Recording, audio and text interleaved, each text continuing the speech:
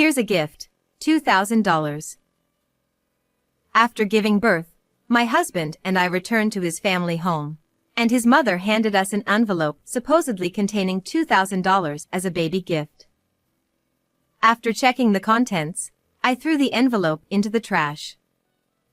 This was the final straw after enduring daily disparagement from my mother-in-law and senior employees. What are you doing? Apologize to my mom. I sternly told my flustered husband. Can you say the same thing after seeing this?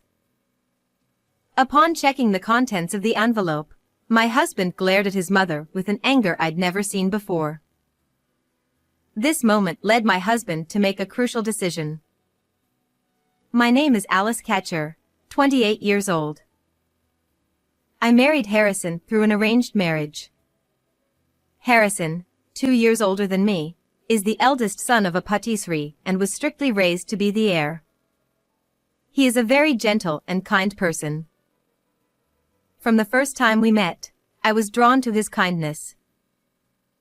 I want to share the beauty and delicate taste of my pastries with the world. Will you help me make this dream come true? Harrison said this and gave me a pastry that he made in my image instead of an engagement ring. As I shed tears of joy, Harrison continued. When we get married, you will work at our shop. Also, you'll live with my parents in their home. Is that all right? Living with his parents was a condition of our marriage. Marrying an heir comes with its challenges, but with Harrison by my side, I was sure I could handle it. I accepted his proposal, and we became husband and wife. As promised, after the wedding, we started living with my in-laws in the house that also serves as the patisserie. Alice, since you've married into this family, you must be prepared. Behave appropriately as a wife. Yes. On the day I stepped into my husband's family home, my mother-in-law immediately hit me with strict words. The sweet married life I had dreamt of did not exist in this world. Alice, how many times do I have to tell you? Learn our customs properly. As the daughter-in-law, you need to be more aware of your actions.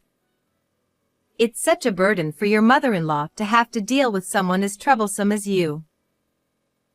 Every day, I was belittled by my mother-in-law and senior female employees. My father-in-law was quiet and didn't speak much, but whenever he was around, the tension would peak, making me so nervous that I would make mistakes. Seeing this, my father-in-law would openly sigh at me. There was no place for me to relax in this house. But I was determined to work hard to gain everyone's approval and not be an embarrassment to Harrison. This determination was my only support. In the midst of all this, I found out I was pregnant. Take care of yourself and have a healthy heir. Everyone, including my mother-in-law, started to show concern for my well-being. At the 5-month checkup, I learned the baby's gender and announced it to my in-laws and Harrison during dinner. The baby is a girl.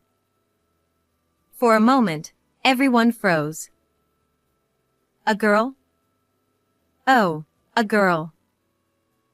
No one offered any words of congratulations. Harrison kept his head down and continued eating silently, avoiding eye contact with anyone. I felt disheartened by their reactions. Is an heir only acceptable if it's a boy? Confused by the family's expectations, I anxiously ate my dinner. The next day, everyone's attitude changed dramatically. Pregnancy isn't an illness. Stop being so lazy and work properly. As soon as they learned the baby was a girl, the daily belittlement and overworking resumed. Why can't a girl inherit the patisserie? It's so sad that my child isn't welcomed and celebrated. I began to worry about my unborn daughter. I vowed to protect her no matter what. Harrison, you must have noticed. Since I married into this family, I've been belittled every day by your mother and the senior employees. Now that they know the baby is a girl, their treatment is unbearable. One day, unable to bear it any longer, I confided in Harrison. He looked troubled. I'm sorry, Alice. I'm still in training and don't have the right to oppose my family. Please endure it. Once you get better at your work, they'll stop criticizing you.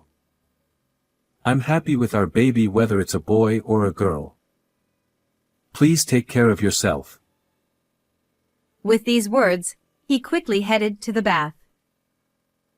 Though Harrison showed some concern for my well-being, I was disappointed by how unreliable he seemed. However, I touched my belly and told myself, I can't let this get me down. I'm going to be a mother. I have to be strong for my child. With renewed determination, I endured the mistreatment and belittlement alone, dreaming of the day my baby would be born healthy. In my in-laws' house, I was mainly responsible for preparing dinner. When buying ingredients, I would pay for them first and then get reimbursed by my mother-in-law after showing her the receipts. This system meant that I couldn't buy what I wanted without her scrutinizing the receipts. However, after becoming pregnant, I often craved sour and sweet things. Should I buy it? But I don't want to hear more snide remarks from my mother-in-law. Despite this internal struggle during shopping, I never had the courage to buy what I wanted. One day, my craving for something sweet became unbearable. I couldn't resist any longer and asked Harrison in the workshop, I'm craving something sweet because of the pregnancy. Could I have some scraps if there are any? Sure, wait a moment. Harrison discreetly wrapped some leftover scraps in plastic wrap and handed them to me. Thank you. Just then, my mother-in-law appeared. What are you doing here, Alice? She looked at the scraps in my hand. How disgraceful. This is a workshop for professionals. You are not allowed in here anymore. She took the scraps and chased me out of the workshop. One day, when I opened the refrigerator to prepare dinner, I found it stuffed with high-end ingredients like expensive beef. I asked my mother-in-law for permission to use them. Can I use the food in the fridge? What are you talking about? Those are for Cindy, who's coming back the day after tomorrow. Don't touch them. Cindy is Harrison's sister, who married a farmer. She was 3 months pregnant and returning home because of severe morning sickness. 3 months pregnant and returning home? At 7 months pregnant, I've been told, pregnancy isn't an illness. Despite my feelings, thinking about it only made me more miserable.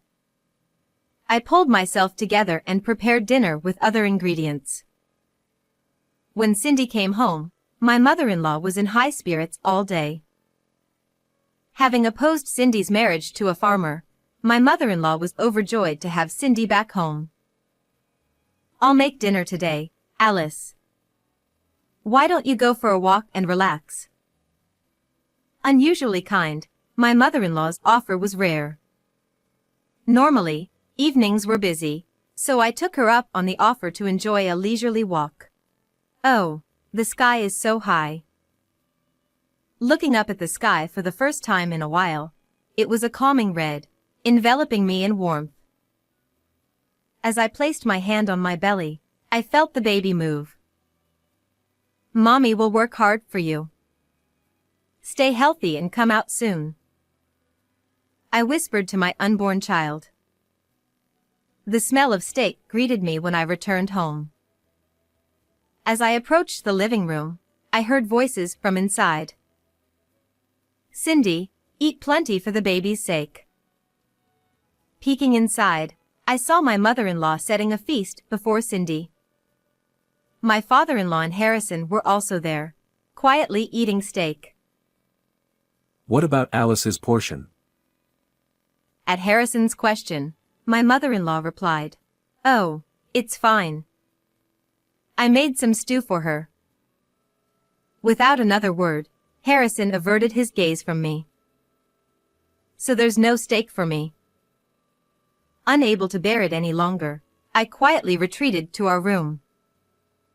Even though I'm pregnant like Cindy, no one tells me to eat plenty.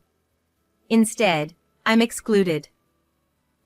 The realization of being treated so unfairly overwhelmed me, and I couldn't stop the tears. Why do I have to endure such treatment? No one in this house welcomes me or my baby. I wish I could just leave this place. Tears streamed down my face uncontrollably. After a while, Harrison came over with a cold steak. I brought my portion secretly. It's cold, though. I'm sorry for making you feel even worse because of my sister's visit. Harrison apologized with a genuinely remorseful look. I wish I could be more assertive. I'm not good with Mom or Sis. Mom had a tough time being harassed by my grandmother, so she probably thinks this is how in-law relationships should be. Sis has disliked me since childhood because I was the pampered eldest son, and she would always be mean to me behind the scenes. Both of them are strong-willed and troublesome, so honestly, I don't want to be involved with them. His family's issues were none of my concern. Even though he apologized, I realized that he wouldn't protect me or our child in the future. His unreliability made me feel even more miserable. Urged by him to eat the steak, I had no appetite, but I forced myself to eat the cold steak for the sake of the baby. Despite the steak being high quality, I couldn't taste anything. Mechanically chewing, I somehow managed to swallow it. Life after Cindy returned was particularly hard on me as a pregnant woman. "Alice, fetch this for me." Despite my large belly, she made me do chores. Cindy should rest until her morning sickness subsides. Meanwhile, Cindy lounged around all day, pampered by her family. We were both pregnant, but my belly was much bigger. It was unfair. I had no choice but to endure it quietly for now. Alice, I bought some pudding for you. Feeling pity for the harsh treatment I endured, Harrison began secretly buying me things I wanted to eat, which was a small comfort. One day, I saw in Cindy's room a collection of high-end baby and maternity items. I had bought everything cheaply from an outlying store out of consideration for my in-laws. Both our babies are their grandchildren, so why such disparity? Trying not to dwell on it, I still felt deeply saddened. Finally, on December 20th, I gave birth to a baby girl. Harrison was overjoyed and cried tears of happiness. I'll become responsible and protect you and our child. He promised. After being discharged, I returned to the in-laws' house, where surprisingly, his mother greeted us with a smile. "Let me hold her." When I handed over the baby, she, having raised 2 children, skillfully soothed her. Even she finds her grandchild adorable. Her behavior reassured me a bit. After a while, she handed the baby back to me and took an envelope from her pocket, giving it to him. "Here's $2,000 as a gift." "What? That much?" I was surprised, but he seemed unfazed. Maybe such amounts were customary for celebrations in this house. He handed me the envelope without checking the contents, so I took it after placing the baby in the crib. I decided to check inside just in case. What's this?" She averted her gaze with a smirk. "That's enough." I threw the envelope into the trash. Hey, what are you doing? Apologize to Mom. He panicked. Can you still say that after seeing this? I picked up the discarded envelope and showed him its contents. His brows furrowed. The envelope didn't contain $2,000 but a bundle of receipts and invoices for luxury baby items and maternity goods that his parents had bought for Cindy. What is this, Mom? Even he raised his voice. It's normal for the eldest son's family to cover our expenses. She shamelessly spouted nonsense. Why should we pay for Cindy's maternity and baby goods? I couldn't stay silent anymore. I resolved to leave this house with my child. At that moment, his low voice echoed. We're leaving this house. What? The room fell silent, and everyone, including me, looked at him. He glared at his mother with a rage I'd never seen before. What do you think we are?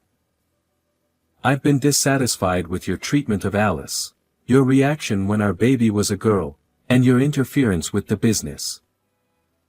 I endured it because I wanted to become capable enough to manage the patisserie. But I've reached my limit. We're leaving. I won't take over the store. Thank you for everything. He bowed deeply to his parents.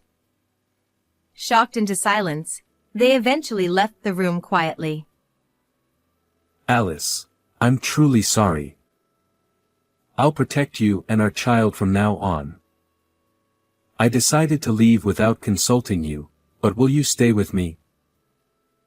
His usual gentle face had returned. Yes. Thank you for protecting us. We'll face everything together as a family.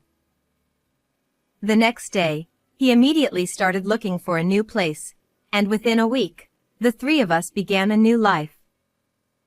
The new apartment was small, but it was a peaceful and happy space for me. Eat well and rest whenever you can. And surprisingly, the new place was just a 5-minute walk from my parents' house. Harrison is wonderful. It's rare for someone to admit their weaknesses and ask for help. According to my mother, he had explained and apologized to my parents that night, asking for their support. Always rely on us. We're thrilled to have you close by. Her kindness brought me to tears. Meanwhile, his mother sometimes asked him to bring the baby to visit, but he only sent photos. After discussing it, we decided it was best to keep some distance from his parents for a while, and we kept our new address secret. Thanks to that, we had peaceful days. Alice, we're running out of diapers. I'll go buy some. He actively helped with chores and childcare, and we cherished our modest happiness every day. I want to start a business. One day, he told me this. Drawn to the allure of sweets since childhood, he hadn't given up on working with them, even after giving up on inheriting the family business. He still dreamed of sharing the beauty and delicate taste of sweets with the world. He decided to start an online sweets company. Inspired by him, I also wanted to help fulfill his dream. Utilizing my brief experience with the in-laws bakery, I brainstormed ideas while managing housework and childcare. Look at the pretty sweets Daddy made. One day, he showed our child his sweets. Although our baby couldn't eat them, they were mesmerized by the gentle colors and giggled excitedly. Seeing this, I had an idea. How about making sweets that even babies can eat? Envisioning the baby's smile, I shared the idea with him. That's a great idea. He embraced the concept. We focused on developing baby-friendly sweets using natural sweetness from ingredients like yams, without sugar or artificial colors, showcasing the ingredients' natural hues. Within 3 months, we created the envisioned product. Initially, we placed it in a friend's patisserie to gauge customer reactions, and it was surprisingly well received, praised as perfect for birthday parties. Encouraged, we began selling online, and it quickly became a hit. Featured in the media, our company grew steadily. As the business flourished, we were fully occupied with childcare and work, but by the time our daughter turned 2, the company had stabilized, generating consistent income. With more stability, I began thinking about his family. After we left, Cindy developed preeclampsia and was hospitalized. Her unhealthy diet of high-calorie foods and lack of exercise likely contributed. Though she had a difficult pregnancy, she gave birth to a healthy baby boy, which must have relieved everyone. Unfortunately, his family's patisserie struggled without him and eventually closed. What happened to your parents after closing the shop? I asked him. They were living modestly on their pension. Though I had few fond memories, they had raised him. 2 years had passed since we left the in-laws' house, and as my anger subsided, I discussed with him the idea of giving them $2,000 each as a birthday present. This amount came from what his mother had mentioned as a birth gift. I wasn't sure if she remembered, but if she did, I hoped it would prompt her to reflect. Later, we received a call informing us that the money had arrived, and they were very pleased. While we weren't ready to visit yet, I believed time would heal things. As long as we lived with dignity, things would eventually improve. Parenting was still challenging, but with the support of my parents, I could work on our confectionery business with him. Mom, is this my candy? Yes, Daisy. Aren't the petals beautiful? Do you like it? Delicious. I'm happy. She put her hands on her cheeks, showing a very happy expression. This was a candy we developed for 1-year-olds that melts in the mouth without chewing. It was shaped like the petals of the flower daisy, after our daughter's name. I hoped this candy would bring smiles to everyone, just like our daughter does. Mommy say, ah, for me. She placed the candy in my mouth, and its gentle sweetness melted away. I love your face when you eat candy, Mommy. I wish that such happy moments would come to people worldwide as they enjoyed our sweets. How did you enjoy today's story? Please don't forget to subscribe to our channel. See you in the next video.